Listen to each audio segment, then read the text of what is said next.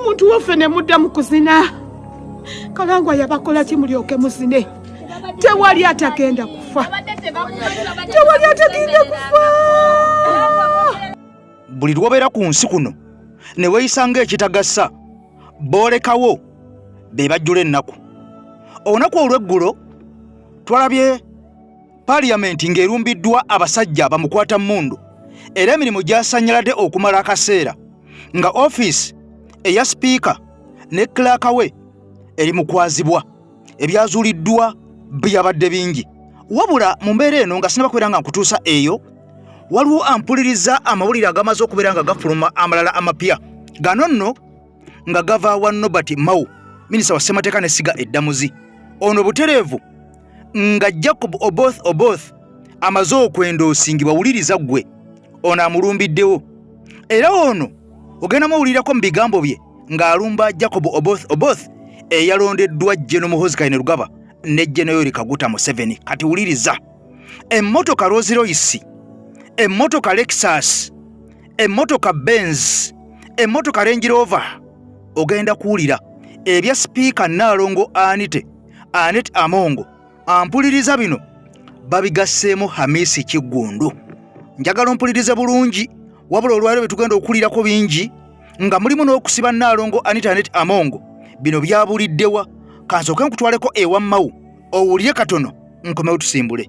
We banteeka mu kasengejja nja kuyitawo, kubanga akaseera kano keetaaga omuntu amanye ebintu, amanyi Uganda. Ate twetaaga sipiika alina omugongo, tetwagala kisaanyi. Twagala sipiika alina omugongo asobola okwesalirawo n'okuwabula bwe kiba kyetaagisa. So si muntu gwe baleese obuleesi, gwe basitudde obusituzi. Kaakati nno bino byonna nga bigenda mu maaso, mukwano gwange ampuliriza ebya Nnaalongo sipiika Annette Amongo.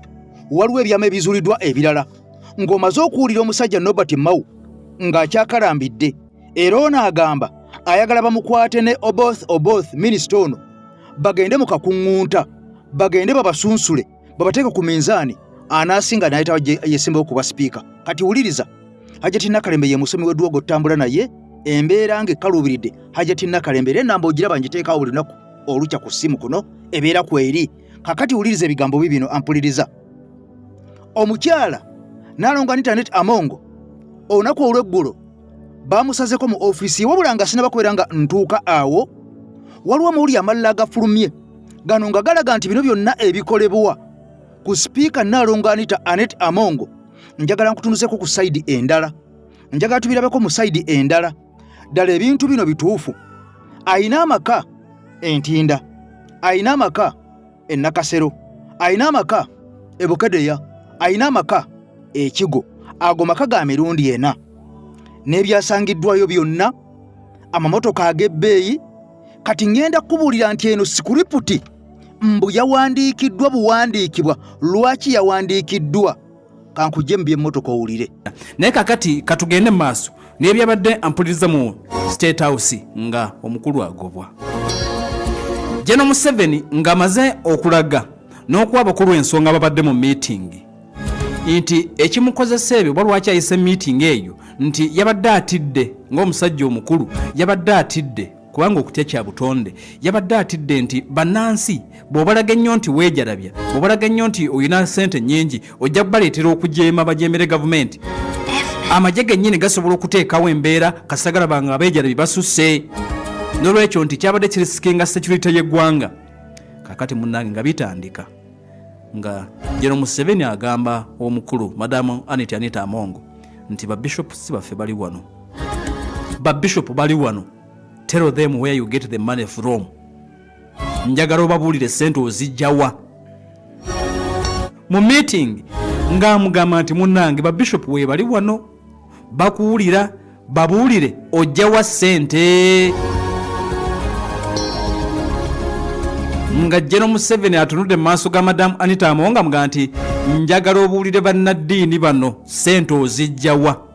Kakati nti bwe yabuuzizza ekibuuzo ekyo buli omu yasoose n'asirika, bannaddiini ne basirika ne gwe babadde babuuzizza n'asirika bw'ati. Naye nga General Museveni okubuuza Amongo okumugamba abulye bannaddiini ssente azijjawa olwedde yabadde alina briefing okuva mu intelligence ng'akitegedde nti politically connected lawmakers ababaka mu palamenti y'eggwanga ababadde bagenda maaso n'okulabika nti batuula ku bukiiko obw'enjawulo parliamentary committees.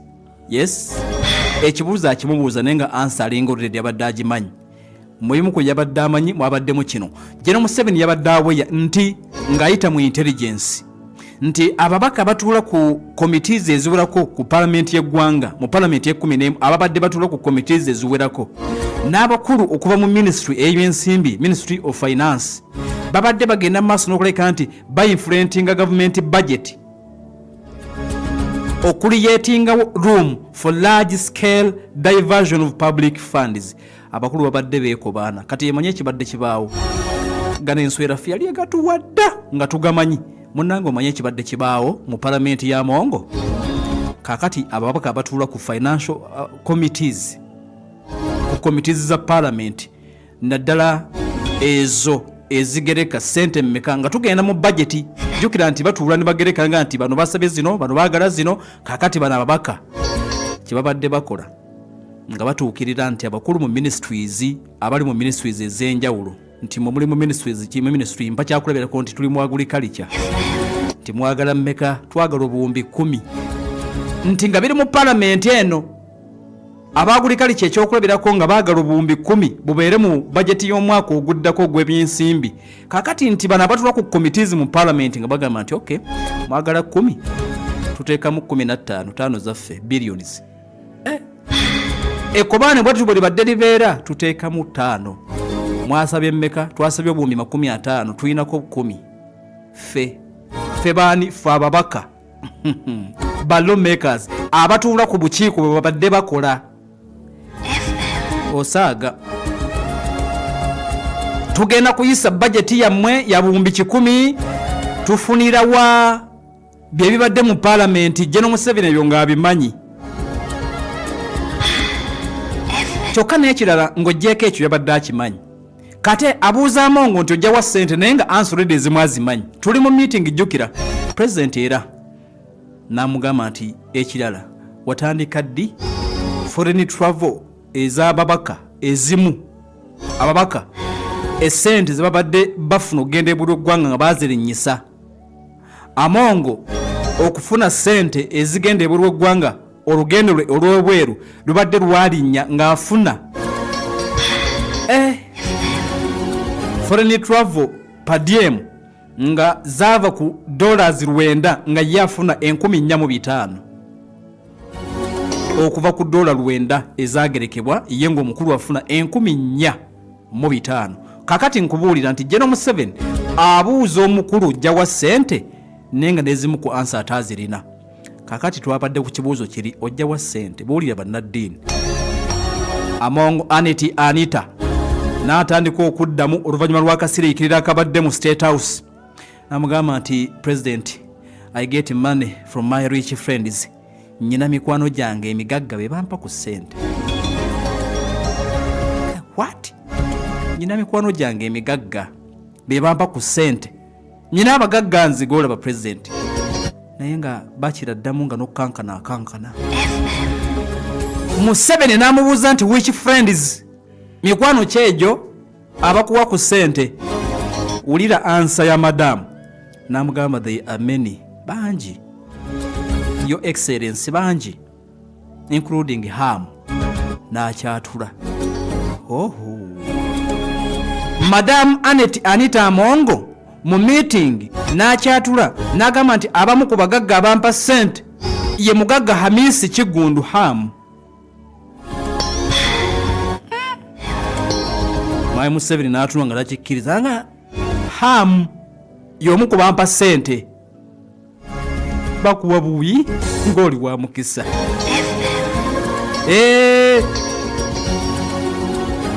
Kati General Museveni n'amugamba nti but do these rich people give you all this money? Tetuganye mukwano gwo nga mugagga asobola okwokyayo bakuyita kwokya. tetuganya asobola okwokyayo naye zino zonna bakuwampe okakasa bakwokyayo bwokya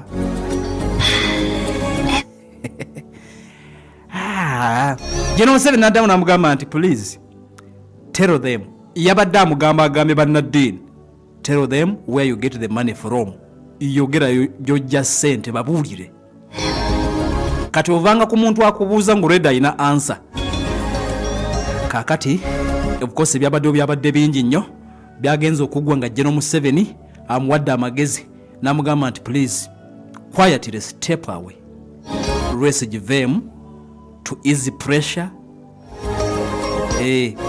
pressure eriwo egenda kuba eggwawo stepping down quietly nti for President Museveni yabadde alowoozezza ng'ayagala Madamu Anita Amongo afune a soft landing bino byonna bireme kubaawo ofune soft landing genda maaso n'okuba nti okulaki naye nti mu meeting yennyini nga tebannabana kwabuka General Museveni yategedde nti madamu yabadde gumite somehow gumite nga takkiriza era nti omubiri nga asobola okugusoma body language ng'eraga nti nga takkiriza naye era baamuwadde akadde agende gy'alaga yonna yeebuuze naye nga baagala ave mu lwesi wiringire agende maaso n'okuba nti akita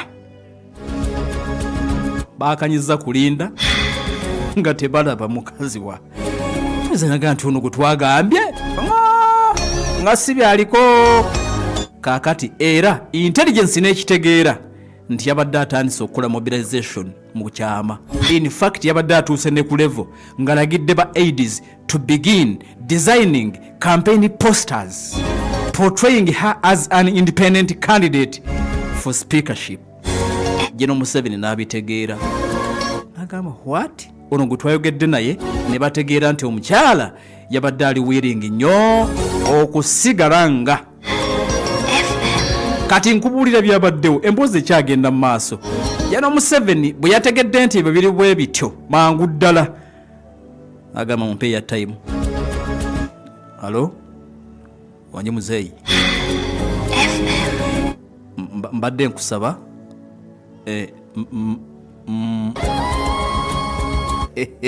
akuba essimu egenda eri Chief of Defence Forces ategedde nti madamu gwe bagambye ku stepping down ali mu kubisa poster janga independent. General Kaguta Yoweri Tibuhaburwa n'agamba n'asaaga osaaga na mulire lyanda lyokya agenda maaso n'okuba nti yakubiddeyo mukulu. Immediately n'amuwa order n'amugamba nti please coordinate a joint security investigation targeting Anita Amongo and key allies. N'amugamba nti mangu ddala tandika soon mu bwangu omwana nga bw'omanyi omwana amuwulize surveillance neetandika amakane bagasalako basoose gasalako nga tamanyi nti waliwo ekijja agenda kasero ebirala ne bigenda maaso n'okubika nti wabirabye kaakati ebirala wabirabye luvannyuma naye bye byabaddewo before nga tebannaba gasalawo ebyo byebyo ebyabaddewo kaakati ngenda kuddira mamaaso awo nkubuulire ebirala bye bayongedde okuba nti bazuula mu maka g'ekigo omwabadde emmotoka eya Rolls Royce. Katugende mu maaso. Nkakati nno nze Eke Master Kawandula bigambo Promax emabega w'omuzindaalo. Wuliriza ampuliriza Nnaalongo Speaker Anita Amongo ebintu bye tebiyinza kubeera nga biggwa amalojja wabula omukyalo ono amanyidwa nga Marion Alupo Mase yali yeesimbyewo nga Omani MP Bukedde ya district. Omukyalo ono yali ajjidde ku kaadi ya National Unity Platform. Wuliriza era ono yalemesebwa okubeera nga yeesimbawo bwatyo sipiika yakozesa amaanyi gonna g'alina ne balemesa omuwala ono oba omukyalo ono okulabika nga yeesimbawo. Marion Alupo Mase nga Omani MP Bukedde ya district. Kati wuliriza buli kirungi ekibaawo wano ku nsi ebiseera ebisinga kitambula n'ekintu ekirungi. Nnaalongo Speaker Anita Amongo ng'akyali mu maziga ge ng'akaaba ng'akyalaajana ng'amaze okummibwa omukisa okuddamu okubeera sipiika wa paliamenti y'eggwanga erya Uganda kyokka nga depute we Honorable Thomas Tayebwa ye yamaze dde okufuna green lights agenda kuddamu okubeera ng'afuuka deputy speaker. Wuliriza bino, batugamba mbu eno sikuriputi ye yawandiikiddwa. Bino byonna nga bw'obiraba bwe bitambula, okubeera nga bawa motivation oba nga beereveetinga erinnya erya General Muhoozi Kainerugaba nti akola nnyo. Wuliriza, okunoonyereza okuva lwe kwatandise tetunaba kubeera nga tulabamu IGG oba muyite Inspector General of Government, kaliisoliiso wa gavumenti ng'agenda mu maaso n'okunoonyereza ku buzzi bw'emisango buno obugambibwa mbu obuli bw'enguzi obukanuzi buzze bukolebwa mu Parliament y'eggwanga erya Uganda. Wabula alabwako ge magye aga UPDF, ye poliisi, CID, SFC n'ebitongole ebirala. Abaffe, General Muhoozi alina kukuuma butebenkevu okubeera ng'ayamba eggwanga Uganda okubeera mu mirembe ng'aduumira eggye erya Uganda, n'okubeera nga tewali muntu yenna aleeta nsasagge okulumba eggwanga erya Uganda. Kuva ddi nga CDF ate yeenyigira mu mivuyo gino egy'obukanuzi, egy'obulabbayi, egy'obuli bw'enguzi mu ggwanga lyonna ne beba nga si Uganda. Kati wuliriza, Alupo Mase Marion ng'amaze okubeera ng'alemesebwa okwewandiisa, twalabye tweet yabadde ya General Muhoozi Kainerugaba ng'etegeeza nti Nnaalongo Speaker Anita Amongo ono tagenda kuddamu kubeera ng'afuuka Speaker wa Parliament ow'eggwanga erya Uganda. Wabula twate tukyali awo, tweet endala nayo neeyingirawo era ng'eva wa mukulu oyo nga yategeeza nti ono ne mu Parliament tebamwagalayo, tebamwagala yadde mu Parliament kubeera MP. Lwaki tebamwagala? Kati Alupo Mase Marion afuniddemu. Katonda bw'akutonda ng'olina omukisa, omukisa teguzibirwa kkubo. Omukyala gwe bayita Marion Mase Alupo agenda mu by-election Bukedya, agenda mu by-election. Ate nekijja kyesanga ng'omuwala gwe twali tuwadde kaadi gwe bayita Asiyo Florence bamukompromisinga n'ava mu race. Kati Marion Alupo Mase race agirimu bwomu. Tayina Anita Amongo wagenda kusimatukira keesi eno. Bannange omuwala gwe bayita Marion Alupo Mase alina omukisa. Ekisooka yalina obuwagizi Bukedya. Bino si byakwesuddiya. Marion Alupo ne wolaba Anita Amongo yamufutyanka n'amuvuluga yali akimanyi tasobola kumuwangula. Ekyo nakyogera oba emirundi emeka simanyi na kumanya. Kati tugenda mu by-election. Bannange omuntu bw'aba n'omukisa aba n'omukisa. Bwe tunuulira Nakwedde yabonaabona ne politics. Bwe twogera olwaleero nga Nakwedde ali mu Parliament yajja n'asanga sides bbiri nga zirwanagana ate nga zonna z'amaanyi, okuli eya Aida Nantaba n'eyoono omusajja omulala gwe bayita musajja we bamuyitaani erinnya nga mwerabidde erinnya omusajja oyo nga balwanagana. Nakwedde n'alonderawo wakati. Kati Marion Alupo tuddayo mu by-election alina okuwangula akalulu k'e Bukedya, ye maama Bukedya. Bannange omukazi yafutyanka, omukazi n'amufutyanka ne tukwata kaadi ne tugiwa Asiyo Florence. Maama bugenda okukeera ku makya nga naye batukoze bwe bati nga naye amufutyanka. Kyolina okusooka okumanya nti Anita Amongo ne bw'ayita paapa gye yakyala e Roma tasobola kuwangula keesi eno ng'agenda giwangula atya? Agenda kuwozesebwa muziri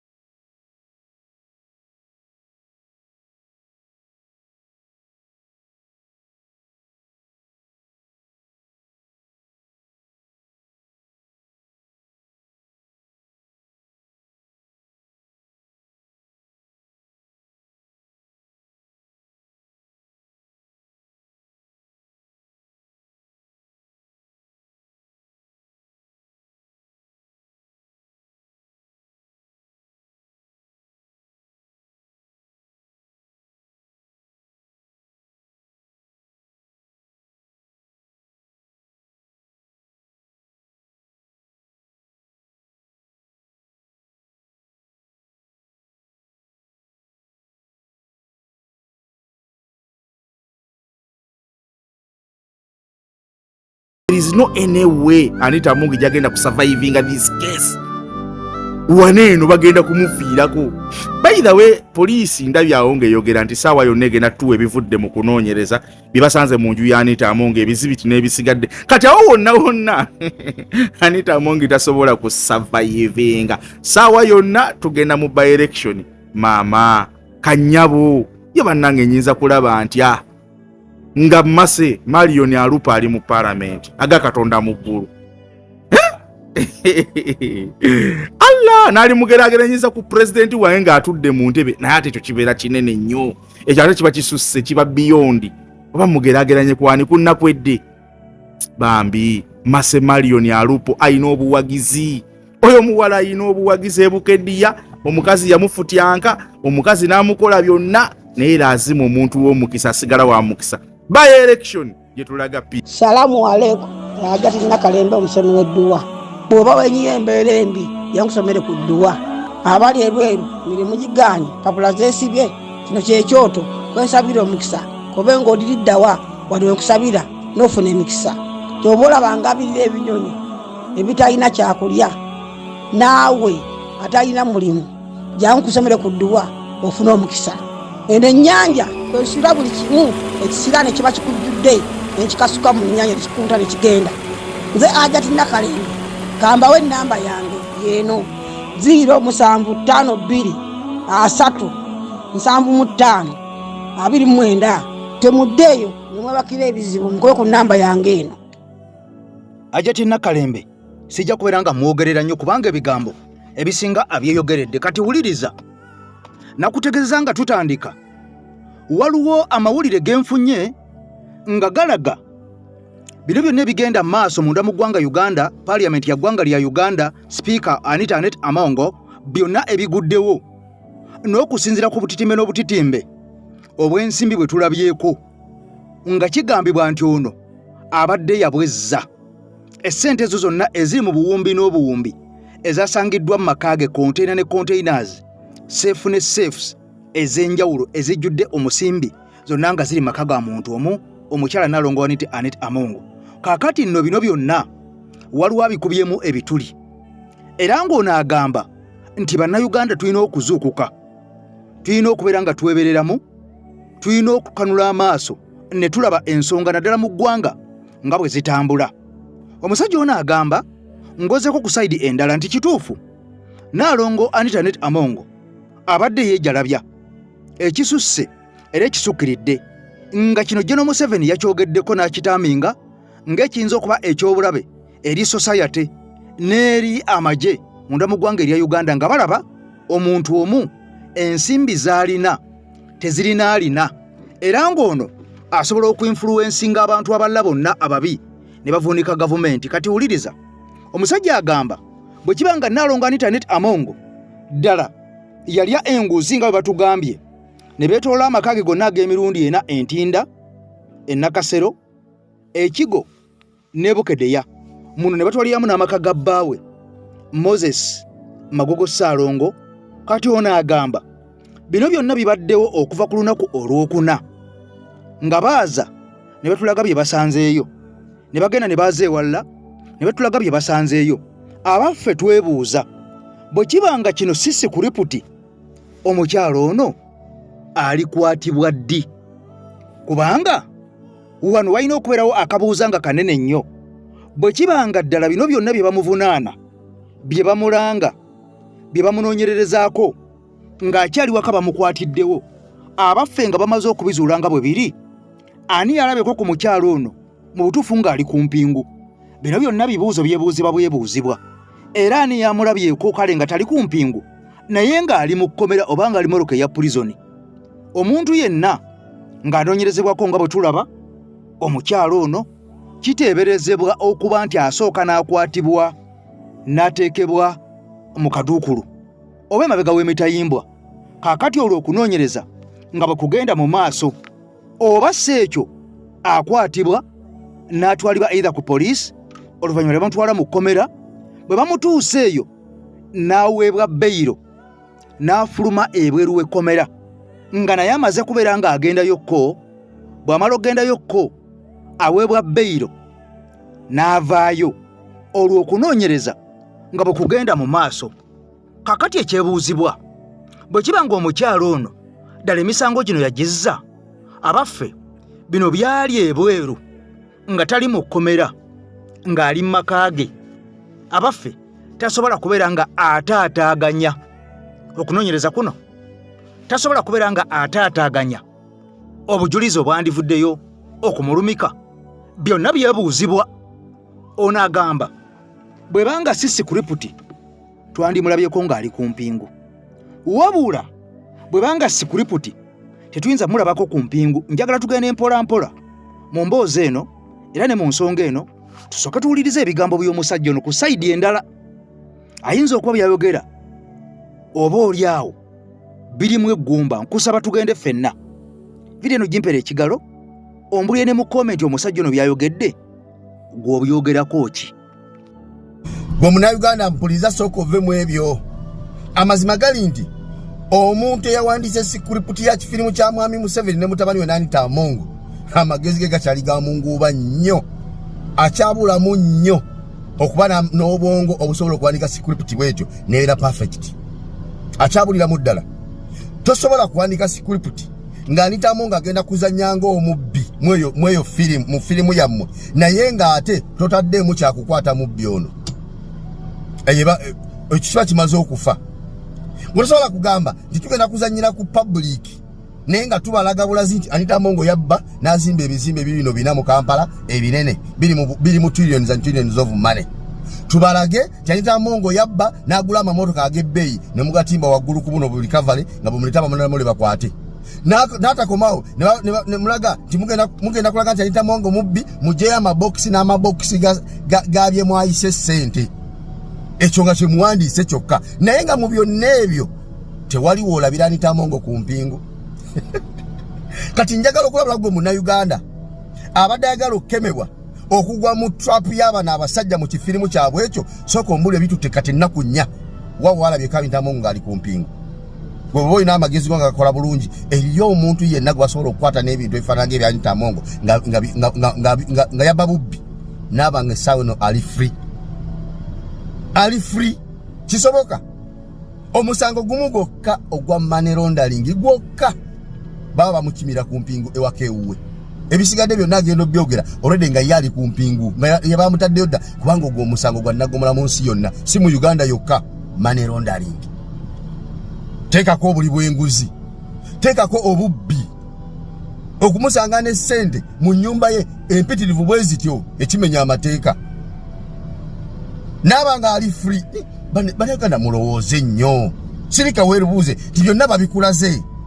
Bakulaze ebizimbe, bakulaze obumotoka bawanise waggulu, bakulaze ebibokisi mbu mulimu ssente. Bakulazeko ku Anita Among ng'ali ku mpingu ne bbaawe. Babakulazeko wabalabyeko. Era nga naawe osigala okukkirizamu ebyo by'ekisiru. Bano banoonyeza ebbanga lyonna badde nga banoonya kiki muhoozi kyayinza okukola n'afuna public attention. Bwe bazanyeemu ekyokukwata Anita Among, mwena ne muyiikayo. Oyo ajja basobola amangu ago mwamulangiridde nadda oyo n'amalabira president obubbi aba bugobye mu ggwanga. Ate nga ye mubbi. Omuganda agamba omuze gufiira ku mugumba. Kitaawe bw'aba mubbi ogamba otya nti tajja kubba ng'akuzaala bakitaawa bba. Kitaawe bw'aba mutemu ogamba otya mu tajja kuba mutemu olwedde nga ye.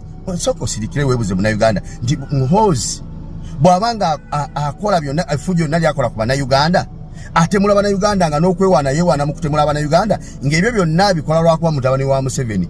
Talina buyinza bubikola. Naye mbu ekyokuba nti mutabani wa Museveni ye mandeeti ssebo gy'alina emukkiriza okutta Abannayuganda nga bw'ayagala. Mwenna mujjukira bulungi nnyo nti muhoozi ye yaduumira okuttibwa kwa Bannayuganda mu mwaka gwa 2020 mu kampeyini ezaali zigenda mu maaso ne bakwata pulezidenti waffe eruuka.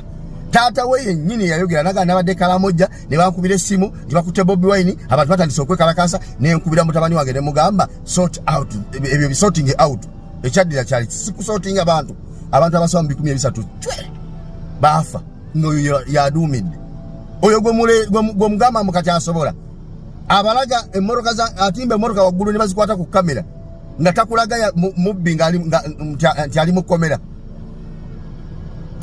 kako ka attention ko kake kumwamuwadde n'akyayika era amita nga bwala bwe yawandiisaawo mbwanita Amongo agenda kulabanga n'ekifo kya palamenti alizayininga mu palamenti taata wo nga talizayininganga ku bikolobero byakoze Abannayuganda ku bubbi bwe yeetabyemu mu ggwanga buli bwenguzi bwakoze mu Uganda mane Rondolingi gyakoze mu nga talekulanga kwa president yatuse n'otuweka kaatikako nga tetumulonze kubeera president bwemulaba bino nga abiwandiise nga nti ono ajja basobola talina basobola bannange eyo bali mu firimu mudduke ey'ekikumi kati ate bwe kituuka kumwe abastruggle Bannayuganda abagala enkyukakyuka mulabe kye yabakoze bwe mwabaza omu attention mwenna nemutandika okumuwuliza n'okufollowinga kasasiro we gwakola uno laba bwe yagambye yazzeemu n'alabula His Excellency Robert Kyagulanyi Ssentamu mbwe byali mu Arua nga 13 ogw'omunaana omwaka gwa 2018 mbwe yali sample oba yali warning mu kuluna ekiddako lugenda kwera lutalo lwennyini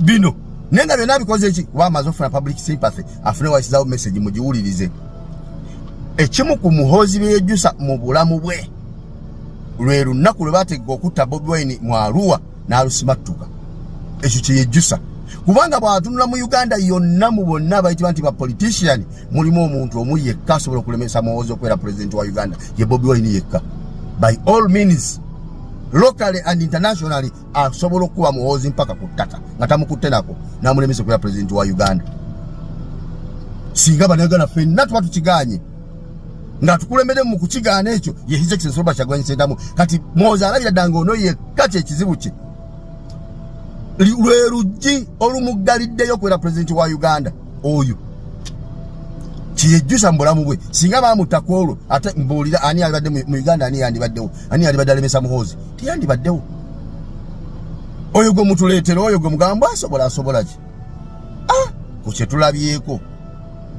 kye tulabyeko mukuno kwennyini okulonda okuwedde assa abantu nga bwe yeewaana n'akatta bwe bati mbuzayo bwe bati kati n'akatta bwe bati ngenda kutta ne ono ebyo mboye gwe muleta okubeera president mbolokwazanya firimu n'anita Amongo mbwanita Amongo omubbi naye ng'omubbi ate yabalambuza bye yabba nga talina ku mpingu naga kati kamba twale maka g'ekigo kati kamba twale ebbiina kati kamba twale ennamuwongo kati kamba twale nakasero nga anyway kubeera ku exchanging ideas ku nsonga nga zino ezigenda mu maaso mu nsi yaffe n'obeera nga naawe oba oli awo ozeenyigiramu okulaba ddala ebigenda mu maaso gw'obirowoozaako ki nga gwe Munnayuganda agoberera ensonga ezitambula mu nsi yo mu ggwanga lyo erya Uganda.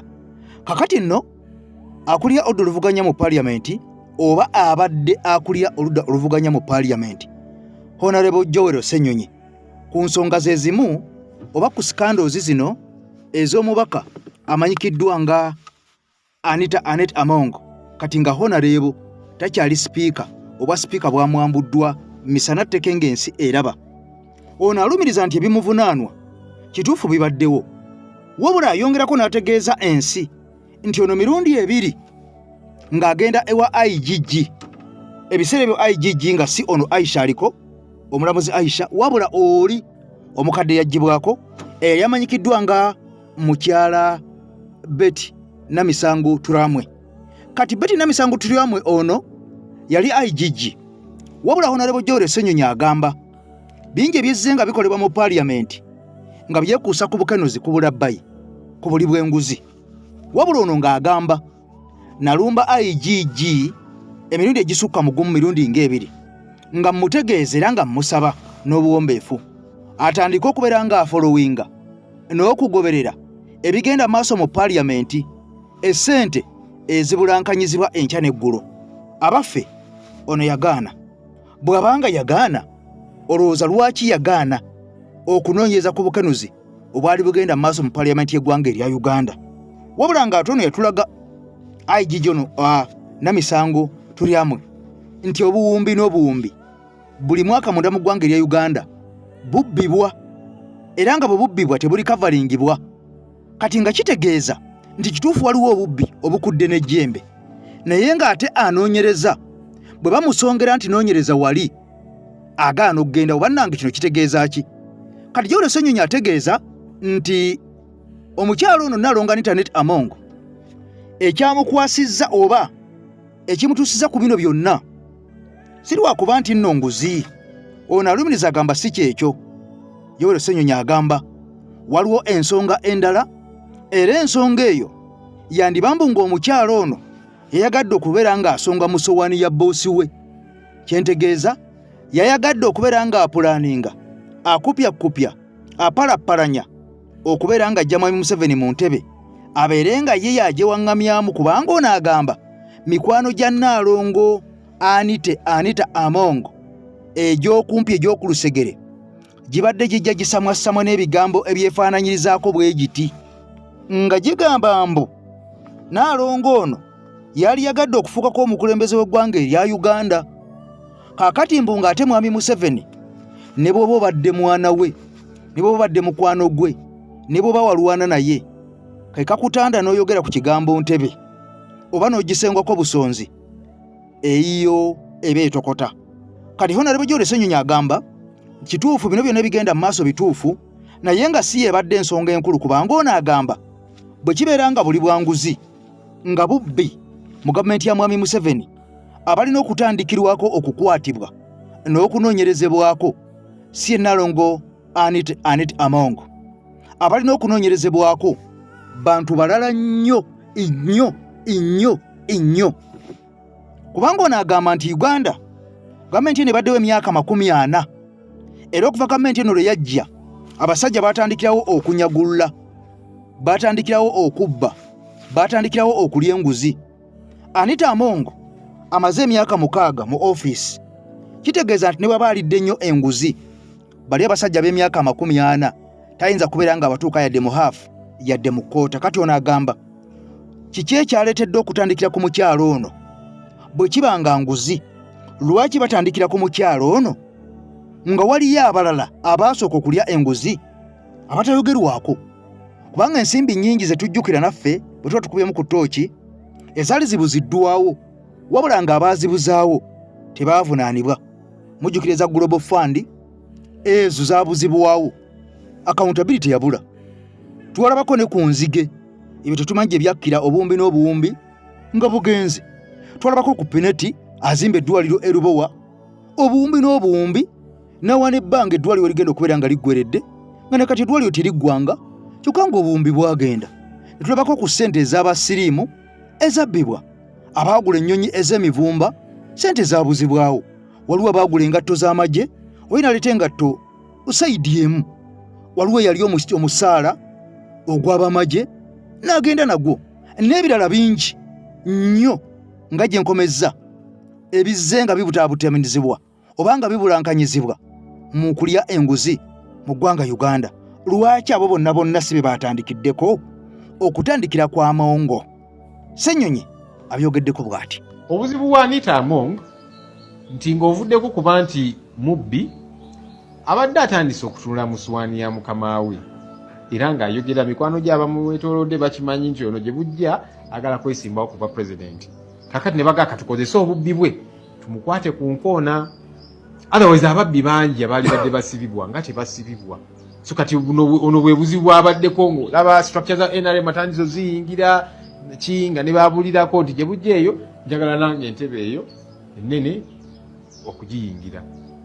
Kati kyovudde olaba n'ekitongole kati bwe kuba kulwanyisa nguzi, ekitongole kya IGG kiriwa kubanga kyekisaanidde era kyekivunaanyizibwa ku nsonga zino.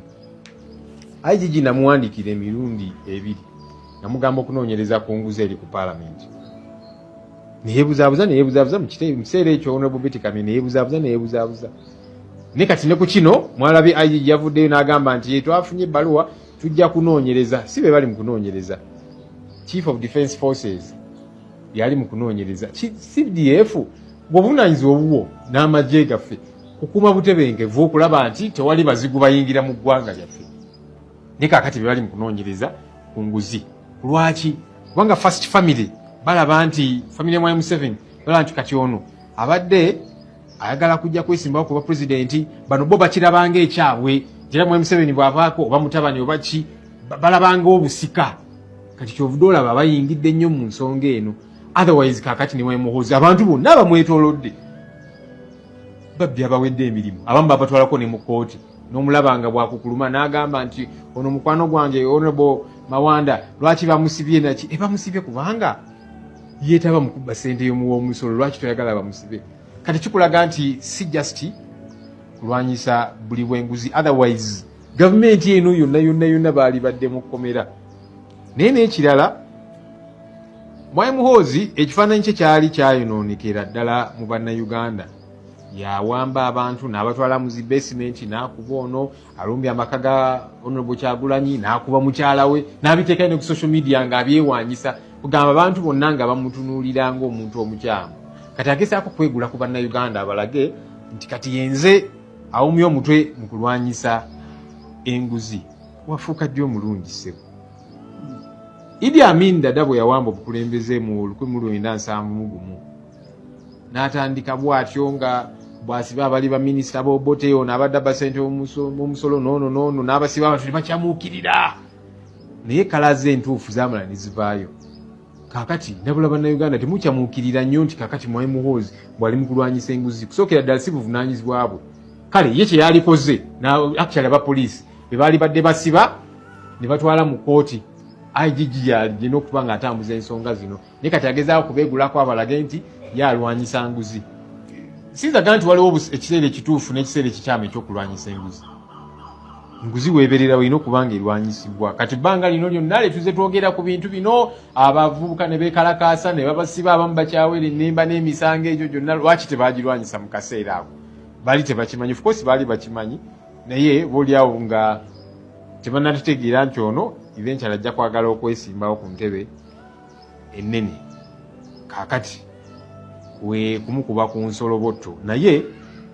enguzi yo erina okulwanyisibwa mu kaseera konna obaani nebino ebyokugamba nti bano mbasonyiye kati Mwai Museveni yagamba IGG bano ababbi bagendeko mpola bonna obalemerako ssente bajja zitwala ze babbye ebunaayira waakiri kaakati bazireka wano ng'alinga awagira enguzi n'abali n'agamba nti bano ababaka bonna basonyiwa lwaki obasonyiwa ng'ate nabo beetaba mu bulyake kati kikulaga nti si nguzi yokka musango gwa Anita Among si nguzi yokka yesu obubbi namba emu kubanga ebyo tuze tubyogerako naye omusango omulala gw'alina kwe kutandika okulaga ambitions nti gye bujja ayagala kwesimbawo ng'omukulembeze w'eggwanga kaakati kyekimuleetera ebizibu waliwo n'obuntu obutonotono abamu bayinza obuyita obutono naye bulaga sigino yali atuuka ekkololo ng'alina bodyguard abambadde amasuuti abaddukira ku mmotoka ye ebyo bizze bikolebwa ku na head of state ne vice president nga bitebimukolebwako naye kati speaker kwegamba ng'alinga eyeeteekateeka ndoza ne bagamba ono nno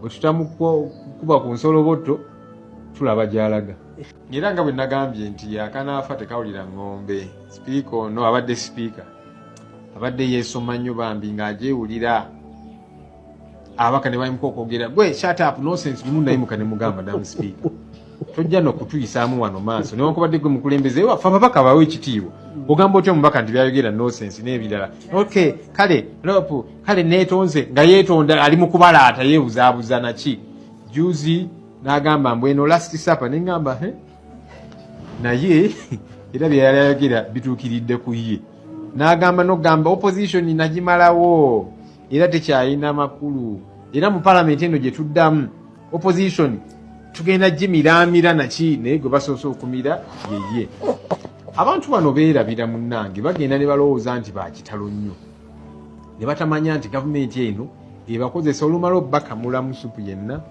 ne bakanyuga eri katusubire abalala nabo banaayiga bino abadde bagamba nti ffe sipiika tumuwalana amazima gamaze ne gavaayo ebintu bino really oba olina ekikyamu okubiwagira kakati twayogeranga ku contract speaker yagenda n'awa contract radio ye bagiyita Mama Bukedya FM yeyo side za Bukedya yagiwa contract ya bumbi 3 million 3.1 billion mbu ekole adverts eza parliament nabuuza ningamba bahise mu procurement waliyo radio stations endala nezi TV endala ezavuddeyo neziraga interest ni wabeerawo okupimamu procurement processes nti kati ono yasaanidde contract tebyaliwo ne ku contract eyo ng'ogitunulako abasayinize nga bamanager ba radio ye bakozi mu ofiisi ye ono personal assistant ono akola ki ne basayininga kulinga ba manager bannange bibiira byamu nitwogera ku yagenda n'ateeka fensi ku makage ag'obwannannyini agali e Bukeddiya fensi y'amasanyalaze naki ya bukadde 5 mu 3